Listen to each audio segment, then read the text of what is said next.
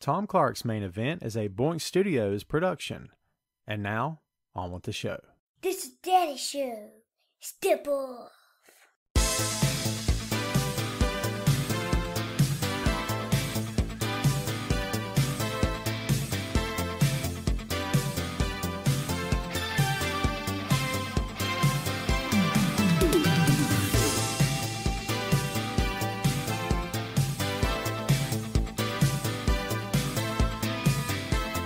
Hey, what is up? Welcome to the program, folks. Thank you for tuning in. Ladies and gentlemen, my name is Tom Clark, and this, with my cracking voice and all, for some weird reason, is Tom Clark's Main Event. Welcome to the new year, kids. What's up? How's it hanging? All that good stuff. 2021 and 2021. Damn, here we go. And I know what you're thinking. We made it. You know what I heard and read online yesterday? Oh, guys, we made it. We made it. It's where 2021. I'm thinking, we still got time. Don't be calling that stuff yet, man. I didn't celebrate crap until 12:01. And I said, now I've made it. Okay. Because you want to know why? 2021 was a mother of a year. And you don't push it, man. You don't push fate. You don't tempt the darkness. So I don't want anything snapping at me at the last minute. Do you know what I mean? So no, I didn't celebrate crap yesterday. 12:01, I breathed. Finally, sigh of relief. Now I can say I've made it 2021. And good news, if you're watching, you made it too. Congratulations. Aren't you happy it's over? So I don't know how great 2021 is going to be, but oh my God, fingers crossed for this one. Don't do two. That's bad luck or something. Let me tell you something. I got an old school Southern mom who knows all this stuff. If this itches, this, it means this. If this hurts, it means this, all this other stuff. Light. Woo, that's bright. So yeah, man, she knows all that stuff, and I've heard it for years. So like if your right hand itches, you're going to shake the hand of a stranger. If your left hand itches, you're going to get money. If your ears burn, someone's talking about you. How much time you got? I got a bunch. Superstition abounds in the Clark household. I don't have any idea why. So, yes, welcome to the show. This is episode number 207. What's up? Let's see who was first to the party here today. Russell, what's up, bro? Thanks for watching, man. Sandy in Germany, thanks for sending me the little thing on Instant Messenger. Much appreciated. Sugar Shane Odom in the house. What's up, bro? Glad you are hanging out. Rebecca, how are you? Alma, what's going on? Welcome back to the show. Chad in Kansas City. Kansas City, here I come. Everybody. Nothing? All right, cool. Maybe later. Sing-alongs at the end. I hope you're ready.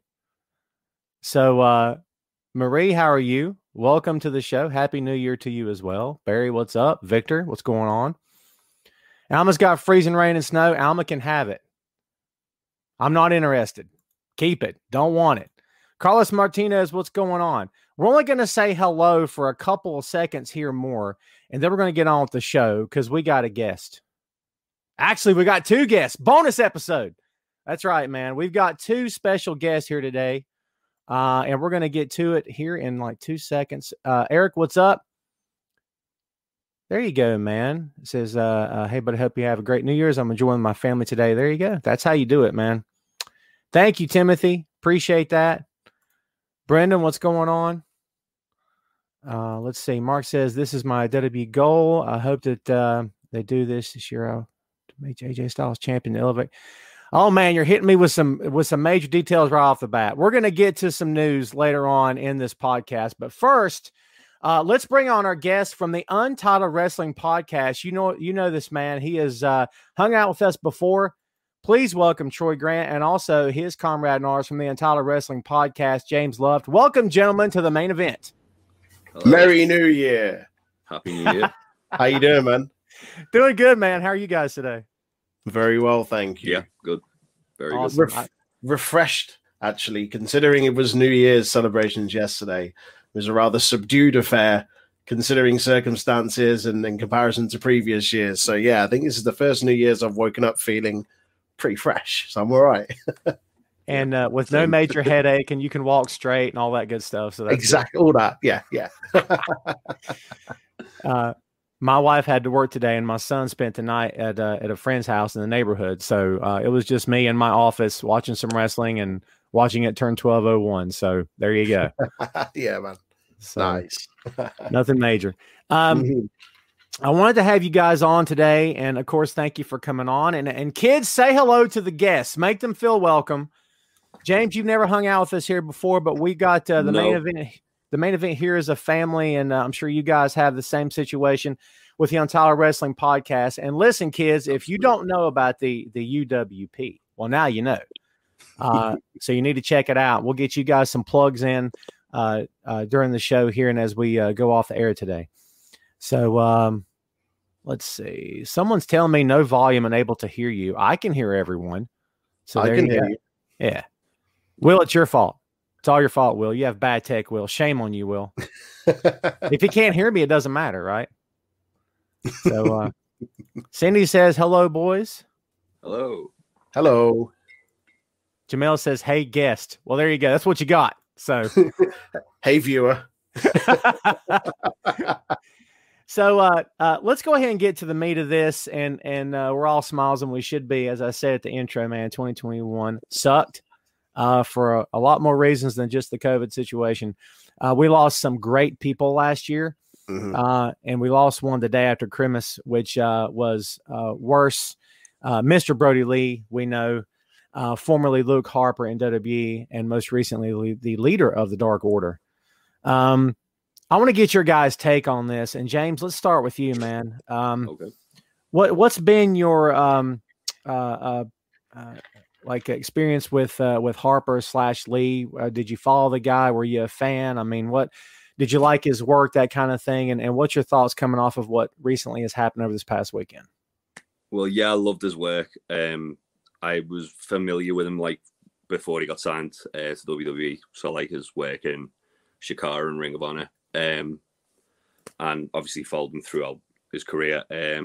Yeah, it's just really sad, isn't it? Like it was very unexpected. I think we were talking just before. It feels kind of like when we lost Eddie, because it was such a shocking and, as I say, out of nowhere thing to happen.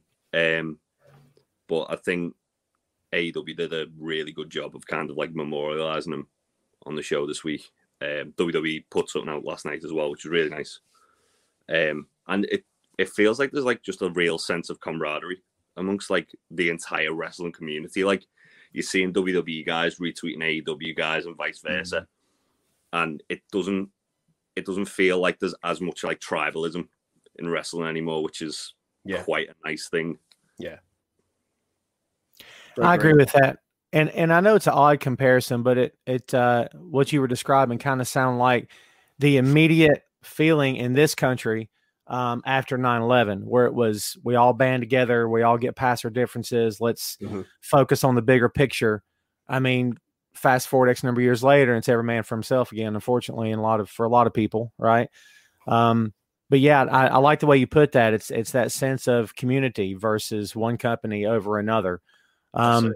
Troy, let me throw the same question to you in regards to Brodie, formerly known as Luke Harper. How long did you follow the guy's career before he even got to WWE? Did you know him before that time? No. Unlike Jay, I only knew of him in NXT, first of all, with the Wyatt family there. And then obviously when they came up to the main roster. We did an episode on our podcast a while back about kind of favorite factions and tag teams. And I've always said that the Wyatt family are hands down one of my favorite, if not my favorite faction in recent memory. Bray obviously captivating as anything, but the standout for me was always Harper. Just the way he carried himself, his whole character and gimmick and stuff. And then later down the line started to hear kind of what sort of a guy he was outside of the ring and among his kind of colleagues and co-workers and stuff like that. And just a really humble, down-to-earth guy. From everything that I'd sort of heard and read. And it's like you've both just said, the last kind of person that passed away within the kind of wrestling community industry rather, that this felt like was Eddie. And I remember reading it and for a moment kind of didn't think it was real and just genuine shock and was just quiet the entire day. And my girlfriend kept asking me, "Are you okay? What's up? What's up?" And I was just like, I just keep thinking about it. Like I've never met the guy. I was never likely to meet him, but it was just, I think because you saw just how much of an outpour of emotion and support and messages of condolences and stories and this, that, and the other that you heard from everyone, not just WWE, not just AEW, but Ring of Honor and New Japan and every other indie promotion across the planet. Like not a bad word to say about him, and you realize that just how much of an impact he had. So it's massive. It's absolutely huge.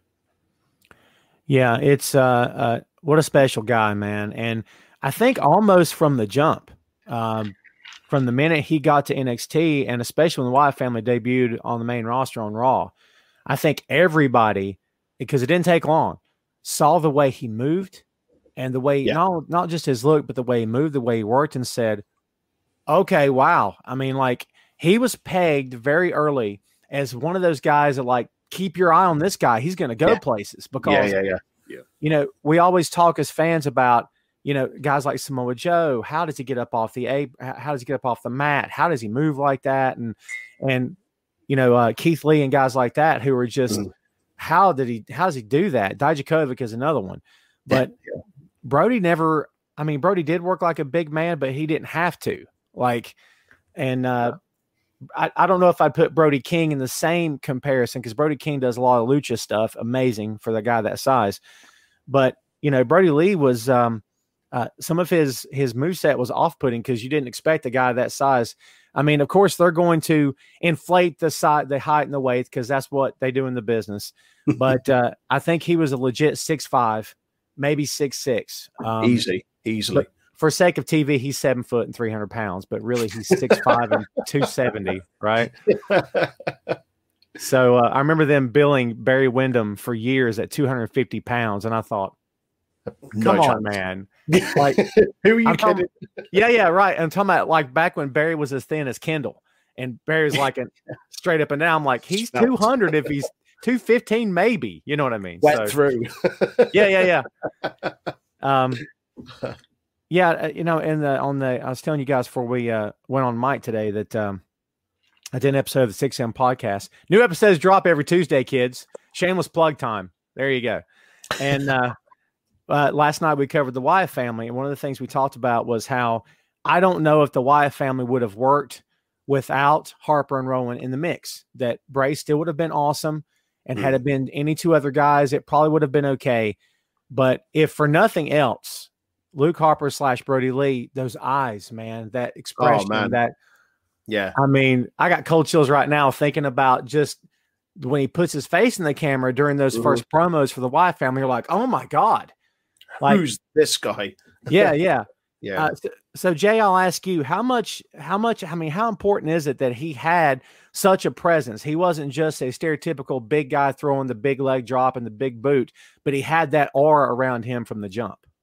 Well, it adds to like the complete package, doesn't it? Like you look at guys like Undertaker, and we know he can wrestle, but with that presence, it kind of like intensifies it all and elevates it. And I think that's the same thing with Brodie. Like he had a real presence, and it didn't matter what he was doing, whether he was doing big rig on the indies, whether he was a cult member in WWE or a Bludgeon Brother later on, or whether he was the leader of the Dark Order in AEW.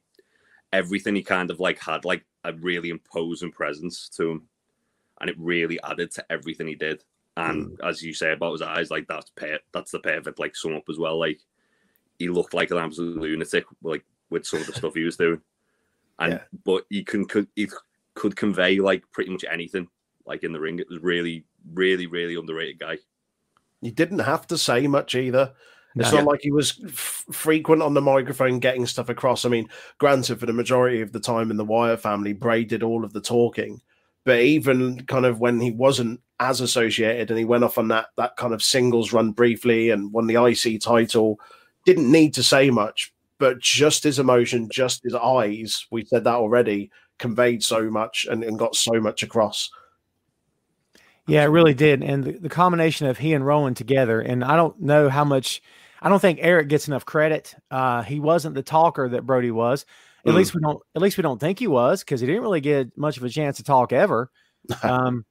But man, he was another guy that, and I rewatched last night their debut on Raw, and when they threw Kane up against the steps, and Brodie is they're both heading toward him, and Brodie pushes Eric out of the way, and this look on his face again, I got cold chills, and I'm thinking, dude, if he's coming at me like that, number one, I'm probably gonna relieve myself, all bodily functions, and number two, I'm screaming for mom, okay, because God get me out of here. But man, no wonder and dude, you could hear a pin drop during that attack because the fans were like, "Oh my God!" Yeah. So, no, I mean, it helped that they were new faces, but it also helped because Brodie had that, like, just vacant, like, yes, glaze, but vacant, but at the same time, absolutely, like, just unbelievable. Yeah, and that notion that Bray had gotten into their heads and brainwashed them, and they were following him because he was spitting some kind of truth that was getting into them from a psychological standpoint. I mean, it's good stuff. And there was a comment on here. Let's see. Somebody popped up because one of the things there we go. Sandy in Germany. What's up, Sandy? One of Brodie's Brodie's key thing on Twitter was Sunday. You know what that means? And the next day, it's Monday. You know what that means? And I don't know I can't remember if I just saw that or if someone pointed it out to me, but I may have just been scrolling and I said, wonder what that means. And then a few days later, I'm like, okay. And then I go to his page. I'm like, holy God, what's he doing? Like,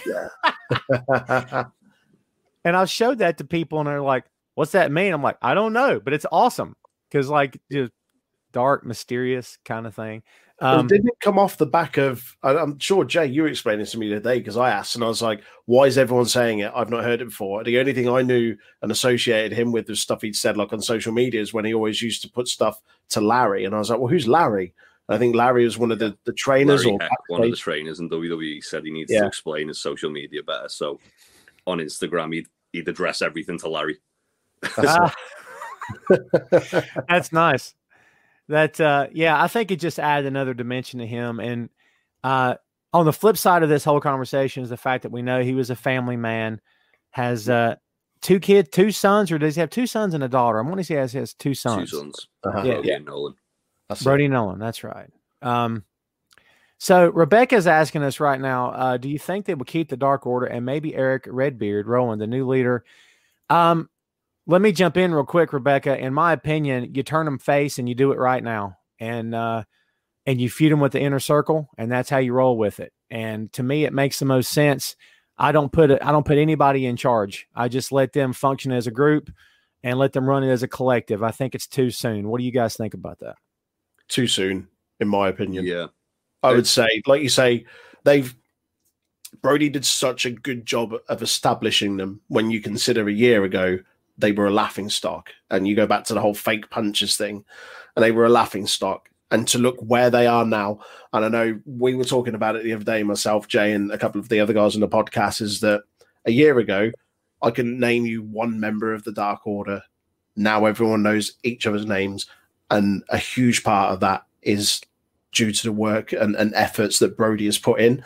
So I think putting someone in as a leader straight from the off and trying to kind of tick that box and fill that gap straight away would be unjust to the work that he's done up until now. And I think it's kind of owed to them to be able to kind of go off, not on their own, but go out and show what they can do as they are at the moment, and not be in a hurry to have a leader. Like, leave it 6 months, leave it a year, build and build and build. Like, they're at a point now where everyone knows who they are anyway. They're all recognized. They're taken seriously.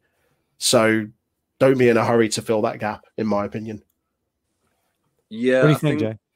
I think the way it was kind of structured was Evil Uno was like the de facto number 2 anyway, wasn't he? Yeah. So I think he'll be like the unofficial leader. They did have Silver kind of doing a bit of a leadership role. I don't think they'll necessarily have a leader. I do think we're probably going to get Hangman affiliated with them for a little bit to kind of further that storyline. And they were already like teasing it on like BTE and stuff like that. But yeah, I don't see them getting booed anytime soon, especially after the show where they did on Wednesday night. It was too it was too raw. It was too yeah. It was just the most babyface thing, wasn't it? Yeah. You know, firing up on Eddie Kingston. I think it would almost come across as insensitive to put in a new leader, or even have that discussion this soon on this while it's still so raw. It's like, just imagine if it's kind of a huge comparison, but just imagine if Hogan had passed away at the height of the NWO, or Flair had passed away at the height of the Horsemen. It's like, well, no, we're done. We can't, you know, and you don't replace someone like that. Yeah, or if you do, not straight away. Right. And I made the comparison last night, like to Led Zeppelin, where after John Bonham died, it was like they were hounded for years. What are you going to do now? It's like, we're done. The band's over. Well, you know, we lost our brother. We can't move forward now. And of course, years later, they performed with Jason Bonham, and it was awesome. But, you know, that's after years and years and years of healing and, you know, letting life do its thing, let time do its thing. This is not the same comparison, obviously. I mean, these are storylines that have to continue being written and continue to push forward, to push the company forward. But I think if any company in this business has proven that they seem to have their heads screwed on straight behind the scenes, it's AEW. I mean, I think they've proven that. Yeah. So let's go ahead and touch on this, because I definitely want to get you guys input on the AEW tribute show from Wednesday night. And Troy, you just watched this like today, maybe an hour ago. What's coming right off of that? What's your fresh, raw thoughts of it? That's how you do a tribute show. Top to bottom, it was fantastic. A really good mix of matches and promos, vignette kind of video packages and tributes and stuff like that. It was cool that every match featured a member of the Dark Order, and it really gave them a chance to kind of show what they can do when they wouldn't normally be able to. And it felt like everyone kind of went into an extra gear. And it all just felt very real and very raw and very emotional. I don't watch AEW anywhere near as much as Jay and so many other guys that I podcast with. But just from this one episode, it instantly came across that this is a company that really cares and that really, really want to put their all into making sure this guy is remembered well. And it was excellent. Ups and downs are very, very emotional. But yeah, just a really, really fitting tribute. Really, really, really, really good. What do you think, Jay? Yeah, it was perfect. It was the perfect tribute show. Perfect tribute to him. The fact that he came in like to sort of blur the lines of like reality and storyline. Obviously, his thing was to come in and help the Dark Order get wins, and they all won on that. It was like the ultimate tribute to him. The thing with the TNT belt at the end was fantastic. The video package they put together at the end was incredible. And also, like as Troy said, it really like showed what the Dark Order guys can do. Like tribute show or not, they all got the chance to kind of like thrive there. And there's guys in the Dark Order like Stu Grayson, who I've said for like a long time on our podcast, like he's so good and he's so like underused, and to get to see them like all show what they're capable of, it was just really cool. And I think one of the surprise hits out of this whole thing, especially on BTE and now translating to the screen, is John Silver. Like, yes, he's comic relief because he's so funny, but like he reminds me of Daniel Bryan as a heel with Kane, when he's just that he's that undersized, just always got that expression, always mad, always undervalued. I love him. I think that's how you keep this light moving forward. I think you just continue the comedy bits, and you know what? Put some of the BT stuff on TV, for God's sake. Like, don't just make it YouTube exclusive. I'm not saying that hurts anything if you keep it YouTube exclusive, but for anybody tuning into Dynamite may not have known what the papers meant when they were hitting each other with papers. Like, they wouldn't have any idea. So, one of the things on the tribute show that I have to touch on is Lance Archer. I freaking love, my God, freaking Lance Archer. I mean, if you squint your eyes at him in just the right light, that God bless it, he looks just like Luke Harper, man. It's crazy. For a moment, it really threw me off when he came out in the vest and jeans, and I double took, and I was like, obviously it's not him. I was like, well, who's that then? Because it looks just like him. Like, I don't know if I was looking at my phone at the time or took a sip of my drink and looked up and was like, hang on a minute. It's so good. So good. Yeah. I watched a lot of this show. The first half, my wife was in the room, and she used to watch pro wrestling quite a bit with me, and now she's kind of half and half. But I popped so many times. Yeah. And I teared up. Good God, I cried so much during this show, man. And when Lance came out, Waterworks, and I'm like, oh my God. And she's like, what? And I said, look how he's dressed.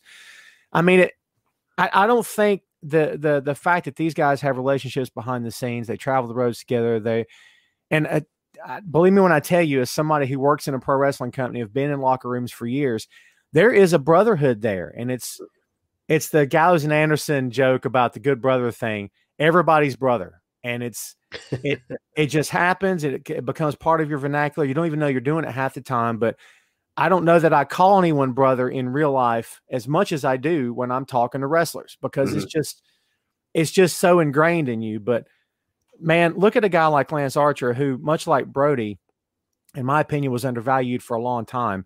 He goes to New Japan, he gets over like a bullet. And you're like, I didn't know he was capable of doing this. And now he's got a great spot in AEW. I mean, it's kind of not the same path, but in my opinion, a similar path to what Brodie had. And one of the sad parts of this story, obviously, is that Brodie got a taste of what he could have been in AEW. When he got elevated after getting there, what did you guys think of that? Did you think, yes, it's about time? Yeah. Oh, yeah, definitely. Like Arn Anderson said that he thought Brodie Lee was one of the best wrestlers he'd ever seen. So that speaks volumes that Arn saying that. I think, yeah, he belonged like to be in that spotlight. And even when he had the TNT title for what was it, 6 weeks? He really made that title feel more important than it already was, and did a really good job of elevating that. And again, that speaks volumes to how good he was. Yeah, I agree with that. Yeah, absolutely. Jamel says Eddie Kingston had the best tribute of the night, and that is Eddie Kingston. What are you doing to me, man? Yeah, he wears his heart on his sleeve, man, and he's one of those guys that can just cry, and it's because he feels this. It's not just a job. It is his. That's his life. It's his life. Yeah, everything to that man. Yeah. I mean, the bits where we got to hear from the talent it put it over the top, and it really meant a lot, because you could tell it means a lot to them. And having Brodie's kids there, and Shane right now is talking about Rowan. Talk to me about Eric Rowan with that sign, man. Big red beard. Yeah, that as soon as that came up, man, someone was cutting onions in the room because. Yeah, I had a big pile of onions next to the couch to chop while I was watching that show. Yeah. And Rowan couldn't stop crying, and he was just, I mean, it meant a lot to him. And I don't know how any of this worked behind the scenes, but I would be shocked if the moment they decided to plan the show, if whether it was Cody or Tony or somebody said, get him on the phone right now. We need him here. Oh, I mean, yeah. One of the first people on the phone. Yeah. And, I don't know. We've got some folks in the chat talking about, how WWE didn't do enough. And I kind of agree with that. But at the same time, I kind of wonder, out of respect to the AEW show, which I don't know if there's such a word when it comes to that company against AEW, but or any company. Yeah. Was there a level of respect, do you think, on WWE's part where they said, look, we'll put the blurb up and we'll let the guys talk, and if they want to wear armbands, that's fine. But we know that AEW is going to take care of this, and they're going to do the right thing for John. So maybe, do you think that discussion was had behind the scenes at some point? Possibly. I mean, I wasn't as upset or peeved as clearly quite a few other people on the internet were within the wrestling community. I saw one person argue and say, well, did AEW do the same sort of tribute when Road Warrior died, or when this person died, or that person died. It's like, well, no, they didn't. It's like, well, because they're not part of their company. Like, if WWE came out and did exactly the same sort of tribute, people would have gone, well, he doesn't even wrestle for you anymore. Like, leave it to the people that he does wrestle for. So I get the argument. WWE maybe could have done a little bit more, but it was nice to see 4, 5, 6 of the guys and gals on the roster doing tribute, but subtle tributes, like putting the yeah into their promos, and, you know, this, that, and the other, and Xavier Woods with the armband and stuff like that. There were some subtle things in there, and they were nice. I don't think they needed to be really on the nose, which, by the sounds of it, a lot of people were hoping and expecting them to be, and putting it right out there in your face. But the commentary team made a few, like, you know, comments and stuff like that. People put it into their promos. Like, I thought it was nice. It was subtle. It maybe could have been a bit more, but then where's the line? Because people could have easily turned around and said, oh, you've done too much. He's an AEW guy. You don't need to be going as over the top. Why have you done this? But then they go the other way and people say, well, you didn't do enough. So where's the line? What's acceptable? What do you think, Jay? Do you think it was just enough, or they could have done more? I think they could have done more on the night, but to be fair, as you said about, like, maybe they were waiting, that is a possibility. They recorded some content on Monday and they released it on Thursday night, and then I believe they're going to be recording some more stuff tonight on SmackDown and then releasing that accordingly as well. So obviously they've heard the criticism and they're doing something about it to honor him. But yeah, I mean, it's that thing, isn't it? Like, no one's ever going to be satisfied. Like, no. I saw some people saying, oh, yeah, they've not done enough. And then I've seen other people saying, oh, well, no, they've done just enough. It's fine. It's not. And everyone's always going to argue about it, aren't they?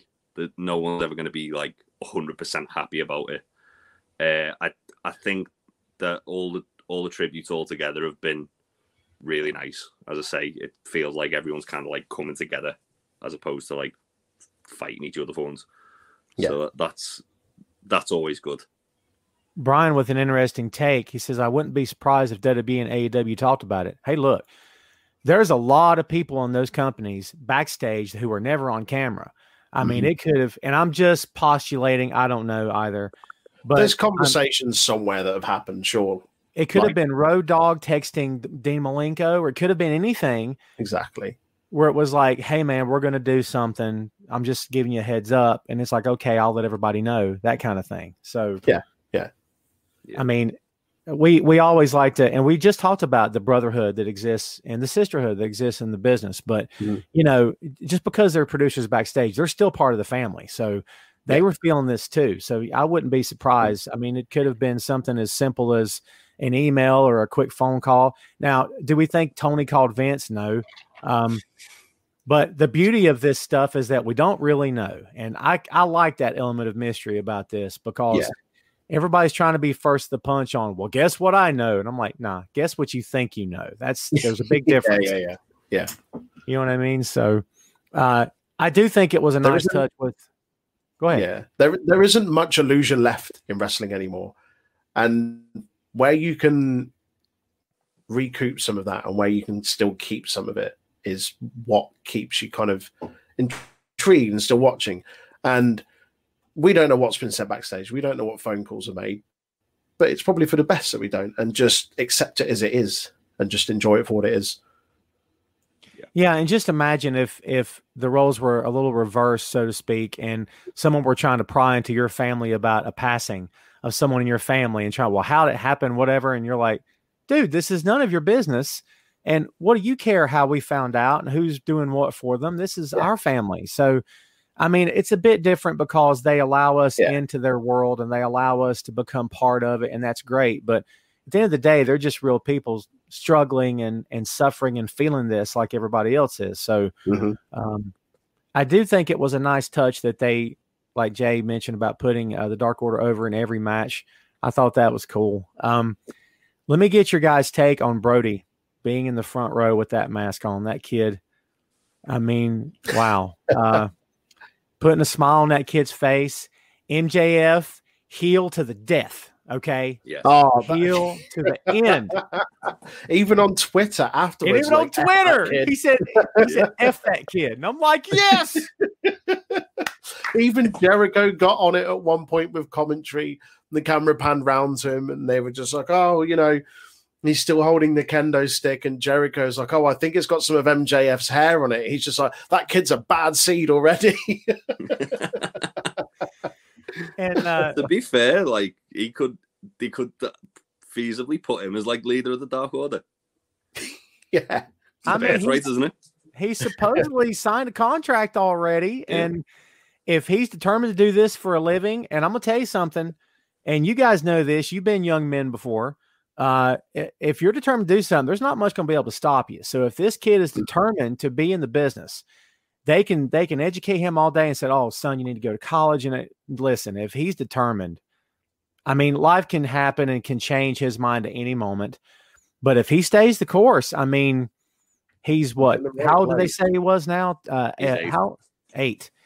Dude, in 10 years, we could be talking about his debut match. We don't know. Walking in with the original TNT championship and telling people he's the illegitimate champion. Man, that's great. That's the comic book fan in me coming out and trying to predict, same. future storylines and stuff.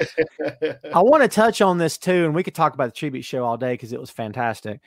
I want to talk a bit about first. Let's talk a little bit about him as Harper. We've touched a little bit on it so far.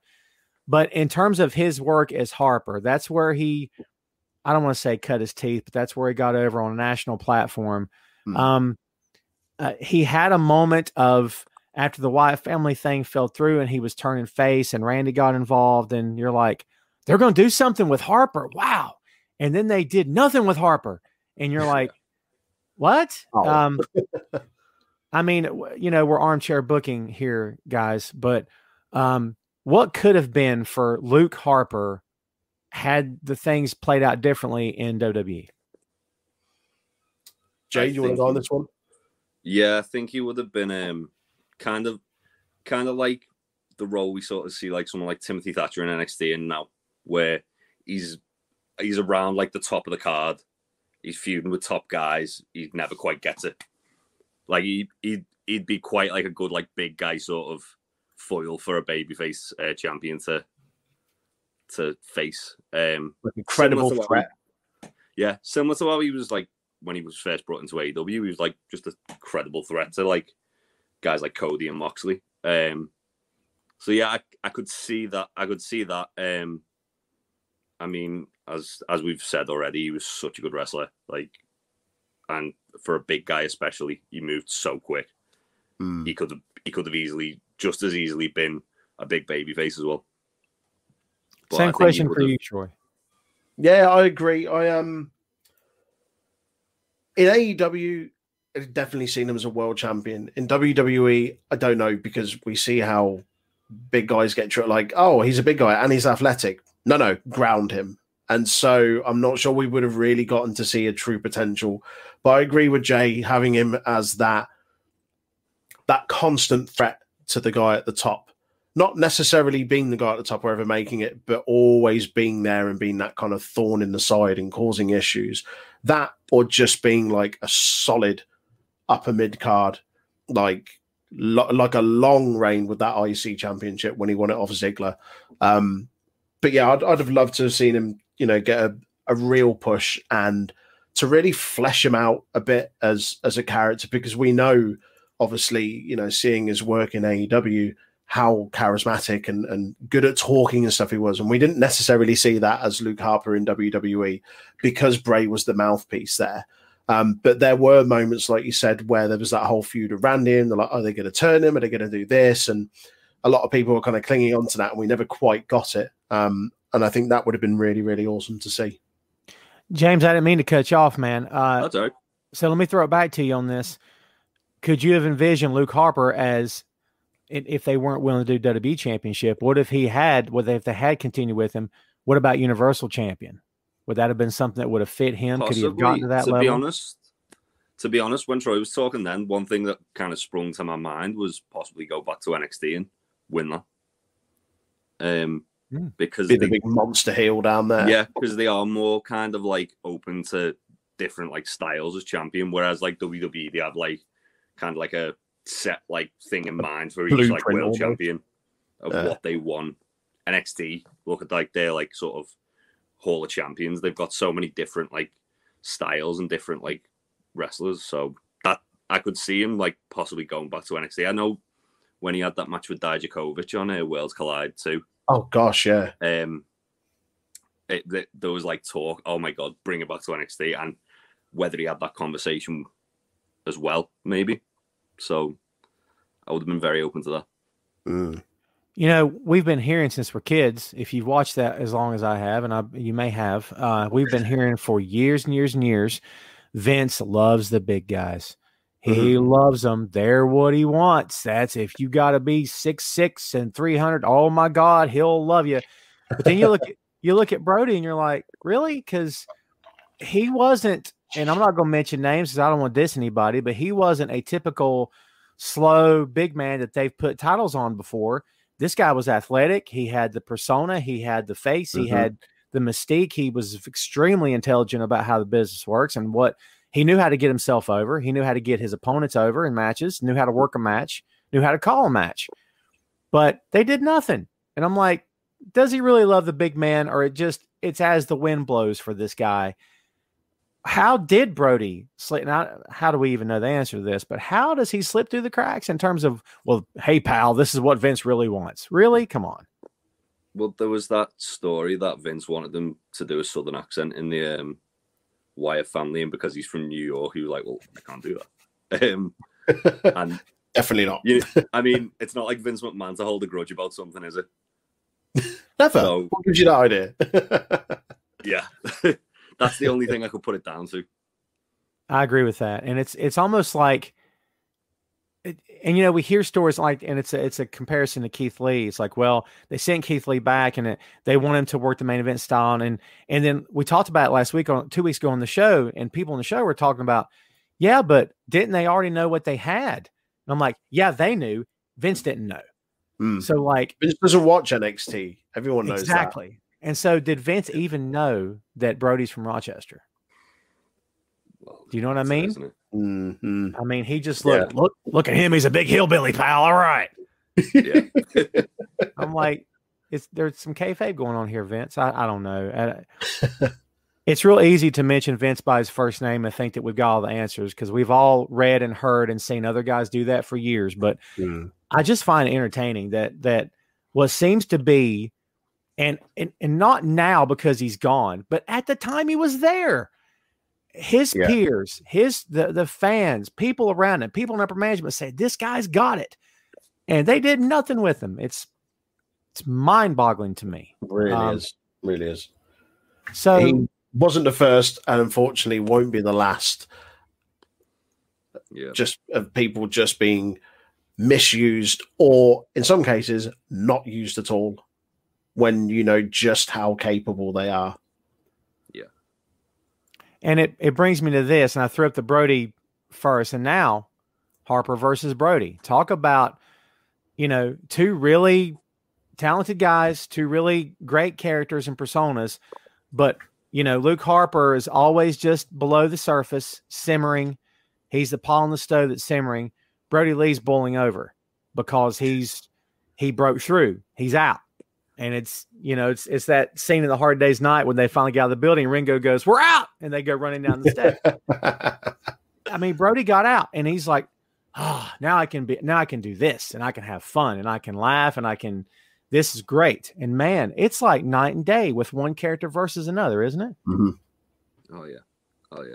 He really shown his like capabilities with like promo work in AEW, I thought. Especially like that promo he cut when he challenged Cody to the dog collar match. That was like one of my favorite promos of the year. It was really good. It's good stuff. And all the BTE segments where he's smacking all the guys upside the head with the papers, and John Silver's talking about he never broke character, but when he was off camera, you could hear him laughing, and they had to yell cut and go to the next take because he kept screwing them up. And I mean, it just, and you know, how do you know? Because you don't know him personally, but it just seemed like he was just, can I do this? Is this okay? And like, yeah, let's do this. Let's have fun. Let's just, what do you want to do? And I remember CM Punk saying at one point that he was asked, well, what do you want to do? And he's like, I don't think they ever ask anybody that. So when they asked me, I told them. So, you know, just the idea that in AEW you have a chance to, now, of course, creative freedom. Yes. I mean, if you go too far off the rails, if you're too much Jim Carrey undirected or not unsupervised, they're going to say, okay, time out, get him back. You got to breathe, Jim. Breathe, Jim. Yeah.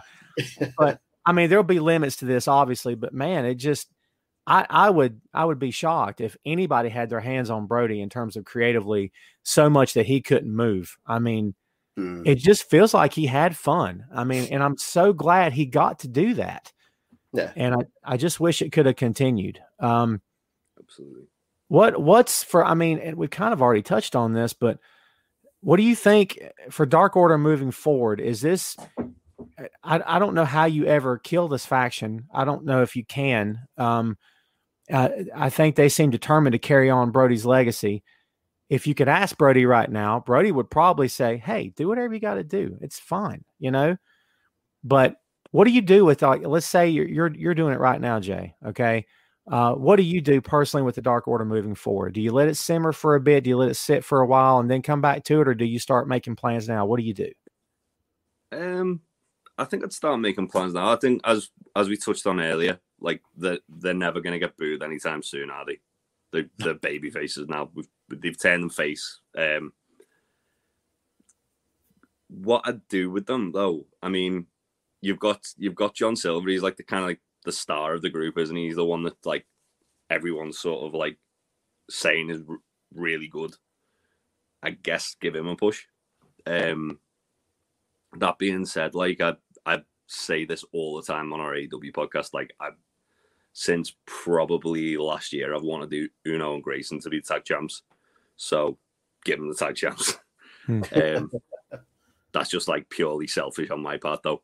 But yeah, I mean, they've been like teasing the Hangman thing, so I guess they're probably going to do something with that. But yeah, just wait and see, I guess. What do you think, Troy? I touched on it earlier. I think for me, there shouldn't be any, like I said, there shouldn't be any rush to replace Brodie or be finding a leader. I think they're established enough now as a faction. People take them seriously. They're loved by people. Like you say, they're clearly like a babyface faction now. Let them go off and sort of spread their wings for a bit and really just continue to build on the momentum that they've got. And in time, start to flesh out a story for a new leader, but not be in a hurry to do it, because it almost does in my opinion, almost a sort of disjustice to what has been built up for them already over the last few months or whatever. But something like the tag team championships would be a good way to kind of cement them a bit more. And like you say, John Silver is the kind of the breakout from that group as well. Get him on TV more, get his character across more. You know, a lot of people don't necessarily watch BTE. So, you know, the stuff that he does on there, allow a bit of that to kind of bleed through into Dynamite, and people start to really build up a love for that character. I couldn't agree with you more. Victor with an interesting take. WWE didn't waste his talent. They missed out on his talent. They definitely missed out on it. Yeah. And they used him where they thought, where Vince wanted him to be used. Call it for what it is. That's how he was used. And no more, no less, more than likely, because nothing goes on in that company without his approval. So I don't know if I can say they didn't waste him. And he had no hurt feelings. He had no axe to grind. He said he wasn't unhappy when he left. He just wanted to he felt like he could do more, and they weren't letting him do it. So he moved on. And I don't think I ever heard him do a shoot on the company or anything crazy negative. He was just, hey, I just want to do something else. Sugar Shane with, I love the suits, man. Brodie custom made suit. Oh, man. those suits. Oh yeah. Chef's kiss. Best dressed guy in the business. I mean, Flair should have been proud of that. That was awesome. Yeah. The closest I've seen to suits like that are grizzled young veterans in NXT. Yeah. They are dapper. I know Jay's going to be biased being a fellow Scouse. Yeah. Zach Gibson got some good suit game. Oh, yeah. Brian with an interesting take here. They're going to have the Dark Order start falling apart from within, but arguing over who should be in charge. Then have Sting come in with the what would Brodie say thing and become their leader and mentor. I don't hate that. Yeah. I mean, and Sting not come in swinging a bat, but Sting come in like, look what Calm you're down. doing. Yeah, take it easy. Yeah. I mean, look what you're doing to each other and what the kinds of things you're saying. I mean, Brodie wouldn't want this. What are you doing? I mean, that would, and then you don't have to put Sting in as a leader, but have that voice of reason. Have him come in and band them back together. Yeah, yeah. I mean, I think it's wide open now. They can touch it now, or they can touch it a year from now. It's and I don't think they'll be in a hurry. And I think judging from what we've seen in the past, and look, I've said this for a year now. I give this company the benefit of the doubt because they've very rarely ever let me down as a fan. So they get the benefit of the doubt. WWE, it's hard for me to give them benefit of the doubt because as a fan, I've been let down a whole bunch. Had my fingers burnt way too many times. Right? Yeah. Yeah. And maybe that's fair. Maybe it's not. I don't know. I'm gonna. We didn't touch on any real kind of news this week. I don't really care to talk about ratings. I don't really care about all that right now. Let's take this thing home today with some open floor, and this is where the folks can chime in. If you guys have anything you want to discuss that's happened this week, anything that's happened on SmackDown, Raw, NXT, or the AEW Tribute Show, anything you'd like to talk about. Cherie hits us with, what's your thoughts about Eric Rowan? I don't know what happens for him moving forward. Eric Redbeard in AEW, he looks to be in great shape. He's took care of himself. Mm-hmm. I'd love to see him there. What do you guys think? Yeah. Yeah. I like it. Yeah. Definitely. Wouldn't. Go on, Jay. No, you're good. Wasn't he doing some work with the United Wrestling Network? So sort of NWA. So that will obviously open the door to get him to AEW. To be honest, with that pitch with Sting, just switch out with Rowan because he was Brodie's friend. Very true. So just have Rowan come in and unite the Dark Order. Yeah. And he could be the one to do it. And God, that's a great idea. Why not just put him as the voice of reason instead of Sting? That's a good move. I'd love to see him lay on his feet with that company. Mark hit us with this when we went on the air today. So fine, Mark, we'll talk about it. Make Okay, AJ Mark. champion. Yeah, okay, Mark. Jeez. To elevate younger talent, he can work anybody. Mark, a lot of that is AJ's call, and a lot of it is not. We know that the veteran top guys in that company do get to pick their opponents. Taker did it for years. I mean, not a lot of people, in my opinion, are going to tell AJ no. So if AJ says, hey, I want to work with Ricochet, let's do something. I don't think they're going to tell him no. But look, AJ can put on the best match you've ever seen. What's the old line with a broom, right? And make the broom look 5-star. And that's great. But he can't book the guy after. So like, we can talk all day about, well, pal, we're going to let AJ elevate this guy and he's all right. Yeah, but then it's out of AJ's hands moving forward. So again, it goes back to trust. Do you trust WWE? Give me a name. Do you guys have a name that you'd put with AJ right now that you're like, AJ can do something for this kid? Mustafa Ali. Yeah. Yeah. But Absolutely. again, as you say, like, look at Ricochet in 2019 when he had that like feud with AJ, and then afterwards just got booked like straight back down. Mm-hmm. So there was talk for a little bit that Ricochet was going to get some kind of push because he had the match against Brock in Saudi, didn't he? And apparently Heyman was quite hot on him, and he was going to go into something there, and then just got squashed within a minute or so, and that was it. Yeah, I mean, yeah, for Ali, yeah. I mean, in my opinion, he's this whole retribution thing's got to go. I'm sorry. if and this goes back to the podcast I recorded last night. We were talking about it, and we both said, look, if they're going to be anti-company, anti-WWE, they're renegades, then they don't have a stylized logo, they don't have entrance music, they don't get signed, they don't get drafted, they don't have Twitter accounts that are WWE sponsored. What are we doing here? So like, I think the best thing about Retribution at the moment. Oh, I got to hear this. Is their Twitter accounts. T-Bar's Twitter account is the best thing about them.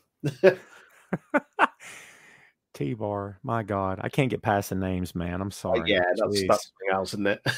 At least they gave Ali Mustafa back, thank God. Yeah. Let's see. Mark says Riddle, Ricochet, Damian Priest.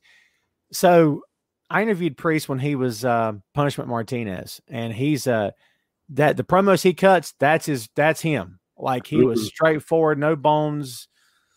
We weren't cracking jokes during that interview, man. He's a straightforward guy. And every time I hear anybody talk about, well, you can't wait to get the NXT guy to the main roster, I'm thinking, I can wait. I'll wait. I'm good. Yeah. Leave him. We were saying this the other day. There's a few people now. Well, there's a lot of people in NXT, but there's a few people there where that they're like main roster worthy talent and pay-per-view headlining talent, WrestleMania headlining talent. As much as they are, you're like, please God, don't pull them up to the main roster. We've seen what's happened with people where they've been treated like absolute champions and deservedly so in NXT. And as soon as they come up and it's like, I've forgotten what this guy or gal was all about. They've been wasted. And like you say, with Damian Priest, it's like, no, I'm more than happy if he stays in NXT for another year, 2 years, because we know what happens with these call-ups. They're not call-ups. They're the third brand. It's a call across. Oh, well done. Yeah. Well done. Timothy with an AEW question. How about John Silver versus Darby Allin for the TNT title? Yes or no? Jay, what do you think? Yes, definitely. Yeah, I'd love fun match. I just imagine John being creeped out by how weird Darby is and just those expressions he gets, and I think that would be great, man. I'd want him to do what he did on BT and come out with the face paint on. That'd be great. Yeah, and he's got to get it wrong. He's got to get it wrong somehow. Yeah. Like he does something, and it's like, that's not what Darby does. What are you talking about? That kind of character is like, I just call him like a jacked up Barney Fife, where he's like, you know what I mean? Where he's neurotic, he's insecure, but he's got a Napoleon complex, and so good. Shane says, what about Randy Orton going to burn Alexa Bliss? I'm out. I got nothing. So go ahead. Out. I didn't even know Raw had ended when it happened. Yeah, it was a bit of an abrupt ending. Wasn't it? What's happening? Like, I don't know. I know a lot of people haven't liked this, and they found it a bit hokey. Like the not child in me, but the kind of the geek in me is just like, well, I'm still intrigued with this. There's still plenty of directions they can go in with The Fiend and with Bray. And Alexa's doing some really, really good work in that character at the moment. And I think Randy's having a really good year within the character that he's doing as well. And so I know it's not for a lot of people, and I know a lot of people have really crapped on it, but I'm still quite intrigued. I'm enjoying it. Troy, this is the third show we've done, and I always like to treat my guests well. And I don't want to start off 2021 on a bad vibe, bro, but I got to hit you with this. Hot garbage. Oh, I've missed hearing that. I'm just saying. I can't get into this. I can't. And it's almost like they went, wait a minute, there's no fans? Can we do cinematic stuff? We can? Let's burn people up. I don't know. It just feels... It's meant to be leading to a Firefly Funhouse match, isn't it? Supposedly at the Rumble, yeah. Which what I'm happy with. Said this morning. The first one was good, like the one of Cena and just that breakdown of his character.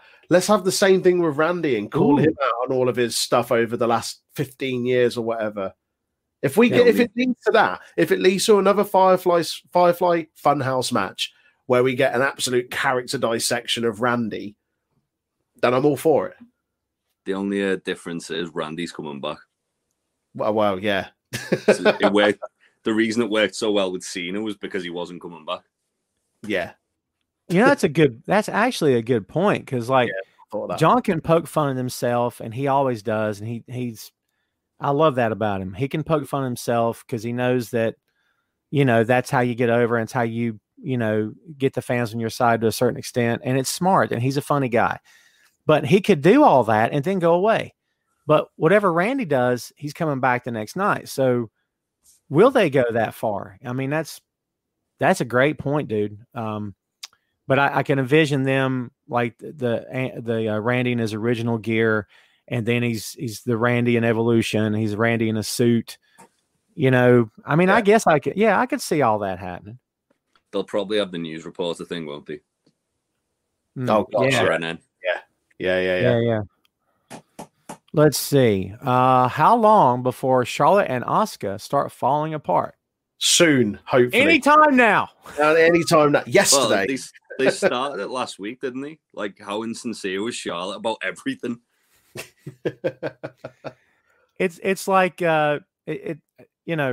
just thinking that Charlotte's not going to turn on her is like thinking that Kevin Owens is not going to turn on his best friend of the moment, because he's going to. Like, come on, it's only a matter of time.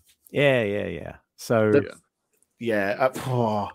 this frustrates. I remember when Charlotte came back the other week and was just like, oh, really? Again? Like, this was Lana's spot, and she's just been poo-pooed off so Charlotte can come back and have a moment in the spotlight and add another tick or accomplishment to the list.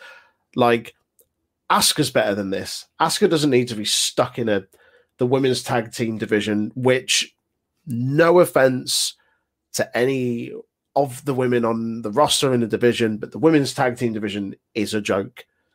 Like, you've split up arguably, not necessarily technically your best tag team, but your most natural heel tag team in the Iconics. Then you split up Bayley and Sasha, and it's just there's no tag teams there for a start. You've got someone that was on an absolute tear-up streak in NXT as women's champion and didn't even lose it, relinquished it, and came up to the main roster, came over to Raw, and you've done nothing with her. You had Charlotte beat her for a start. She was the first person to beat her when she came over, and now she's just been stuck in tag team stuff when she's better than that. And it's the same with Shayna Baszler. Shayna Baszler's better than tag team stuff, and that's all she's been doing for months. So the sooner Charlotte turns on Asuka, the better, because hopefully they'll put the tag team belts on someone else, and Asuka starts to get a decent run, and she gets that win back over Charlotte that never should have happened. Agreed.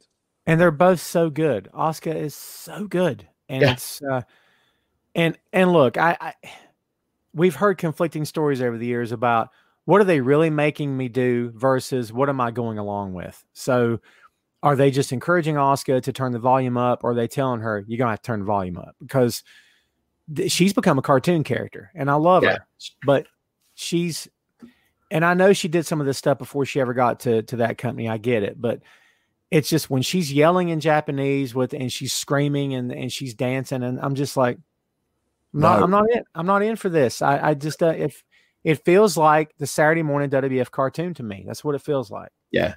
If you want people jumping up and down and being hokey and stupid, then you've got Otis on your roster. But don't do it to someone like Asuka. Do you know what I mean? There's other people that can fill that comedic role where they're jumping about and being stupid and this, that, and the other. Asuka is not that person. I agree with that. Shannon talking about in the same vein here, bring the women's tag team, talking about titles, I assume, to NXT. Yes. What about NXT Women's Tag Team Championships? Here's the question: Do you trust them to get it right, though? I mean, you know what I mean? Because NXT is not the same company today it was 12 months ago. Let's be honest. Well, that's not the best women's division. Yeah. You're right. I'm just, I don't know. Again, NXT would do a better job of making me take the women's tag team title seriously than Raw or SmackDown have. And the thing is, the women's tag team titles aren't exclusive to a brand. They're meant to be across all three brands. When was the last time you saw them on NXT? God. Sasha and Bayley, yeah. And when was that? That was, oh God, good question. Much earlier in the year. Like, we still had fans in the buildings, right?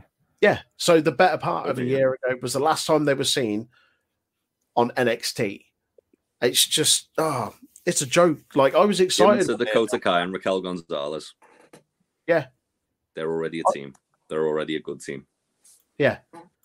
I was excited when they announced the Women's Tag Team Championships. I thought, okay, this is cool. This is going to give lots of talent a chance to band together. They can start to form some tag teams. You can get some more screen time for people. And they've done nothing. Or they've gone backwards with it. They've split up most of the women's tag teams that they had. Then they formed some weird alliances like Peyton Royce and Lacey Evans. Why are you teaming them up as a heel tag team? Peyton Royce was already in a perfectly good heel tag team. What are you doing? It's just nonsense. Yeah, and it's I don't get that either. And the word alliance is the best word because they don't do tag teams and they do alliances. That's a great way to put it. They do partnerships. Yeah. It's just not tag teams. And yeah, I mean, that's a whole other podcast, man, because it's the truth. The way they undervalue the tag team division.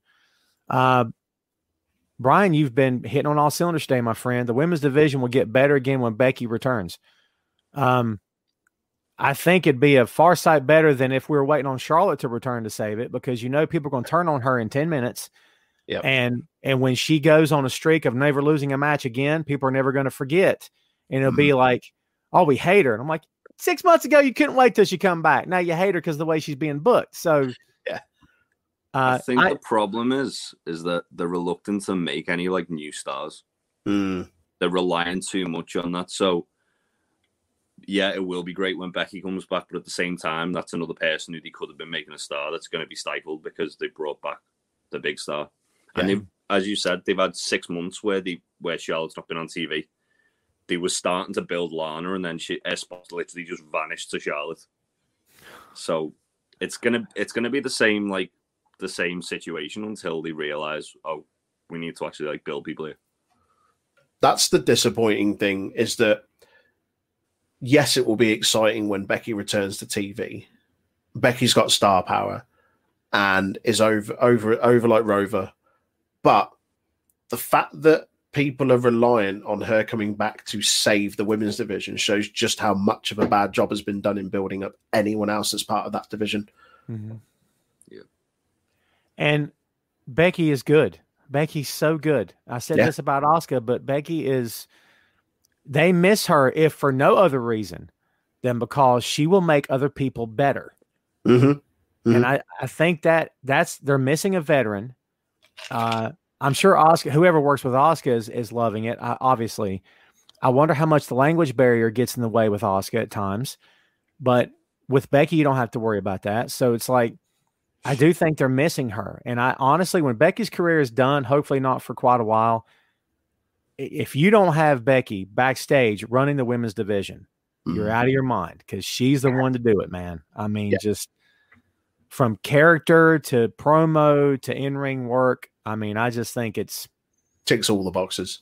Oh yeah, for sure. Criminal not to have her in a position like that. Obviously, yeah. Elvis Martinez says, who is betting on Lana win the Royal Rumble later this month? Elvis always hits me with Happy Lana Day. Get ready for this. Final four. Maybe. Get ready for this. Hang on. Hot garbage. I didn't want to cut you off, but I don't dislike her as a talent. I've said this for a year. I don't dislike her as a talent. I just don't know on what planet does anyone in that company think, oh man, this looks good. You guys happy? She looks great, doesn't she? We're doing great. High fives, guys. Terrible. I can't even predict. Yeah. I stopped trying to predict it a month ago because I'm like, all right, I can't do this anymore. It's hurting my head. What's the plan? What do you think? Is there one? Or are they just flying by the seat of their pants? Know. You mean for Lana? Yes. Well, the whole thing was to make her like a big baby face, wasn't it? And she was finally starting to like get sympathy with the whole being bullied thing, and then he just replaced it with Charlotte. And it's like, well, why should I care if you don't care? Yeah, exactly. Like that's the crux of it. Why should I give a damn about Lana if you don't? Yeah, absolutely. I can see her in the final four, possibly. not winning it, but having that whole she's just held on by the skin of her teeth for an hour. I honestly wouldn't be surprised if they did the whole 28 and 29 eliminate each other and she's number 30 and it comes out and wins it that way. Oh, please no. I honestly, please at this point, I wouldn't be surprised. Timothy with a good one. Can you imagine Becky in AEW? Yes. And yes. Okay. Yes. Becky does not, I know who she's dating, but Becky does not feel like a WWE lifer to me. And maybe I'm dead wrong. She's world traveled. She did this for a long time before she ever got there. I mean, no, dude, I can totally. And that company needs somebody. They need, Kelly Klein. They need a Becky Lynch. They need Serena Deeb is there, right? But they need somebody to take hold of that thing and backstage and say, look, it's yours. Go. And, they really need that, I think. Yeah. Can I just pick up on something that someone's dropped in the comments that I've been saying for time? Shane said it's time for WWE to push Ruby Riott. 1,000%. Yeah. I've always been a big Ruby Riott fan. When it comes to like wrestlers that have a completely different look and really, really stand out, she's absolutely there. Like a hair color, the tattoos, like everything. And just the whole gimmick around the Riot Squad and her just being like her own and it's her against the world and that punk rock attitude. And Shotzi Blackheart reminds me a lot of that as well. How they've not done more with Ruby Riott since she got called up is absolutely criminal. Like it really, really aggravates me. And she's been due a push for a long, long time. What do you think, Jay? She is definitely different, and she's not the typical. She's brilliant. I mean, really like Ruby Riott. Going back to the women's tag titles, got the Riot Squad right there. They had the prime opportunity to have Charlotte turn on Asuka and give it to like an actual team. Mm-hmm. And if you have like the Riot Squad as like touring champions, go to NXT, go to Raw, SmackDown, then it elevates them, it elevates the people the wrestling, and it elevates the belts, and it's job done. Mm-hmm. Absolutely. I and listen, the issues that we have and that a lot of other writers and podcasters and fans, everyday fans have with that company is that just like the men, they don't know how to handle the women either. I mean, I wish that wasn't the case, but it is. And you've got, and I'm going to kick myself for doing this, but I'm blanking on her name, sitting in NXT, who talk about the punk rock motif, got the spikes. What's that? Shotzi Blackheart. Not Shotzi, but got the spikes, the black lipstick, worked Charlotte and Charlotte beat her because that was a great idea. Rhea Ripley. That's it. Yeah. And again, apologies to Rhea, my God in heaven. I blanked on her name. Rhea's a star. Yeah. And you could turn off the show with that. Rhea is a star because she is. Never have lost at Mania this year. Never. Charisma by the truckload. That was their opportunity to like basically have like a ready-made star right there. If she had the retained against Charlotte. And, forget women. Men in that company wish they had charisma like Ripley does. Are you kidding me? Yeah. Absolutely. I mean, I don't get it. She's ready right now. She's ready made for this. She's, and then you feed her to Charlotte and Charlotte, come on. You know what I mean? Like, Elvis says Cameron Grimes to win the Royal Rumble. Hold up. If you're going to say his name, you say it properly, no? You mean Cameron Grimes. And you gentlemen are from across the pond, obviously, so you may not have the twang, but it's Cameron Grimes. So Cameron Grimes. There you go. It's not bad. I'm saving my voice today. Normally I do a big one on NXT. Listen, Jay, it's all good because Cameron he won't be here for much longer today because I'm going to the moon. I just look for excuses to put the sound bites up. I'm just here to put up sound bites, and then I say, goodbye, folks. See you next week. So I can't help I wouldn't myself. be mad if he's showing up in the Rumble, though. No, I wouldn't. I love him. think that'd be awesome. He's brilliant. Really Cameron Grimes. I can't do it. Cameron Grimes. I can't help it. Cameron Grimes. John Silver. Dude, it's the same sort of, look at me. All right, I got this. And then it's like the bell rings and you're like, what happened? Yeah. So good, man. We're getting ready to take it home here, kids. We're going to hit a couple more and then we're going to let these gentlemen get on with their day. It's still fairly early where I'm at, but where they are, it's not. Twilight's upon them. So there you go. It's coming up to dinner time. There you go. See, lunchtime for me over here. Victor With, I really think Tessa Blanchard will be a surprise interest in the Rumble. She says, listen, here's my take before you guys give me yours. It's just do something. I'm tired of this. I've been answering the Tessa question or not answering it for a year. What it feels like a year now. For God's sake, what is it? Crap or get off the pot. For goodness, sign something somewhere. Get to a company. Let's just. Is she WWE bound? Is that a foregone conclusion? I don't. She comes with a lot of baggage, doesn't she? Oh yeah. And I think it's a gamble. Whoever she signs with. I don't know. I want to say AEW, but they've also said they expressed that they weren't necessarily looking at her like only a month or so ago. So I don't know. Think with the way she left Impact as well and their relationship with Impact, that might be problematic. Yeah. Yeah. I mean, she did great things in WWE. She's pretty much exactly what they'd be looking for. And I think they're waiting to say the words Flair versus Blanchard. I think they're waiting to say that. Yeah. But Daddy Dearest is in AEW. So I don't know. Tully said the other day he thinks he's blacklisted from WWE, so that might be another thing that's stopping her from getting signed.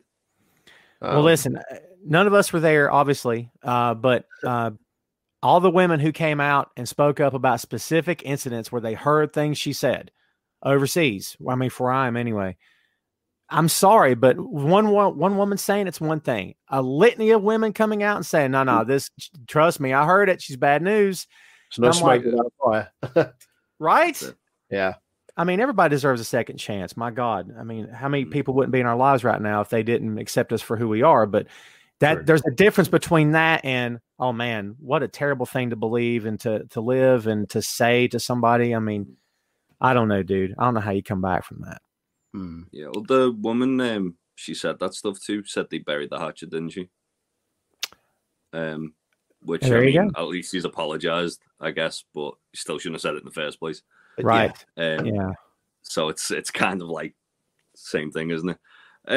Yeah, it's the same thing, isn't it? She kind of reminds me of Randy Orton a bit. She's immensely talented, but her attitude's like garbage. She gets in her own way. Yeah. She'll probably give her like 5, 6, maybe 10 years, and she'll probably figure that out like Randy did, and then become the star that she should have become like now. Yeah. One of the guys with HVW, the company I work with here in North Carolina, has worked WWE shows several different times. He's been extra. He's worked dark matches, and he's been in the locker room. And he's told me before that Randy's in the back in a steel chair with his feet kicked up, reading a book, playing a video game. He's chill. He's so chill. And he's just got this attitude like, what? Hell, I don't care. Screw it. And that's just how he is, because he's reached that point where it's like, you want to fire me? I don't care. I'll go home, whatever. So he's probably always been that way. Right. But that's one of the reasons why he's got respect, I would think, from the boys, is that but to get to that point though, is hard. To get to that point where you don't have to worry about, oh God, the boss is coming. What do I say? Randy's like, what is he going to say? Oh, I don't care. I mean, we should all be so lucky. We should all be so lucky. We're going to hit one more and take it home, kids. So what do we got here? We're going to make it a good one. Let's see. Come on, guys. I'll make you famous. Give me something good here, or I'm just going to have to go. Come on now. Give me something good. Somebody's still watching. Give me something good here. Elvis, I'm not going to answer your question because I don't care where he's at. Yeah, definitely don't care. No offense to Lars, but remember the conversation we just had about, when you say stuff and live a certain way and run your mouth? things are gonna come back to haunt you. Mark says Royal Rumble predictions. Ooh. Mark, we're trying to go. You know how much time that's gonna take? My God. I'll give you a quick prediction. Do it, Troy. Bianca Belair, Women's Rumble. Big E or Keith Lee, Men's Rumble. My heart wants Big E. Really my head says Keith Lee. What do you got, Jay? Really good call. Men's, I really want Big E. Like, really want Big E. He's one of my favorite wrestlers. Big E advocates. Yeah. But I think with them just winning the Intercontinental title, I don't think that's going to happen. Keith Lee's a really good call. I'd probably go with that myself. Or maybe Sheamus. Ooh. And women's, Bianca Belair is a really good prediction, but I wouldn't be surprised if it was Shayna Baszler. For the men, I've got and despite who wins the women's, I'm pretty sure Flair will say, "Woo!" There we go. I got the buttons in. I'm good. Gentlemen, thank you for a fun show. Thank you for contributing here today. Don't you guys go anywhere. And I'm going to hang on to you till we go off the air here. But guys, thank you so much for joining the show today. I appreciate you doing the podcast. And I'll be looking forward to talking to you guys very soon.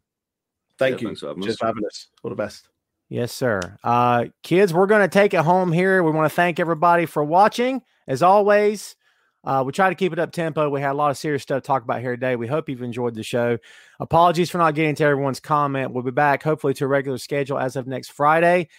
Thank you, everybody, for giving us your time, attention, and your patronage. We do very much appreciate it, man. We're going to get out of here. Everybody have a great weekend. Happy New Year to you, one and all. And before we sign out here today, we're going to hit you with the closing, and then we're going to wish you happy Friday. All right? Thanks again, kids, for watching. First episode of the new season of the new year. Can't beat it, right? We're out of here, man. See you next time. Tom Clark's Main Event.